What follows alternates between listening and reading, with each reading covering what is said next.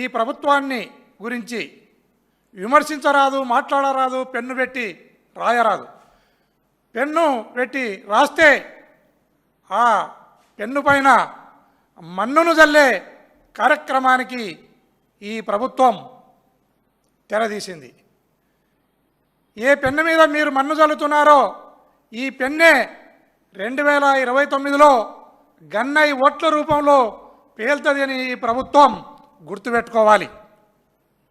అదేవిధంగా నిన్న ఏదైతే ఉర్వకొండలో మన రాష్ట్ర ఆర్థిక మంత్రి పయ్యావుల కేశవ్ గారు, వారి సోదరుడు పయ్యావుల సీనప్ప గారు వాళ్ళు చేసిన దుర్మార్గం పైన, వాళ్ళు చేస్తున్న చట్ట వ్యతిరేక కార్యక్రమాలపైన మేము అక్కడికి పోయి ఉర్వకొండకు పోయి ఆర్డీఓకో ఎంఆర్ఓకో రిప్రజెంటేషన్ ఇవ్వాలని పోతే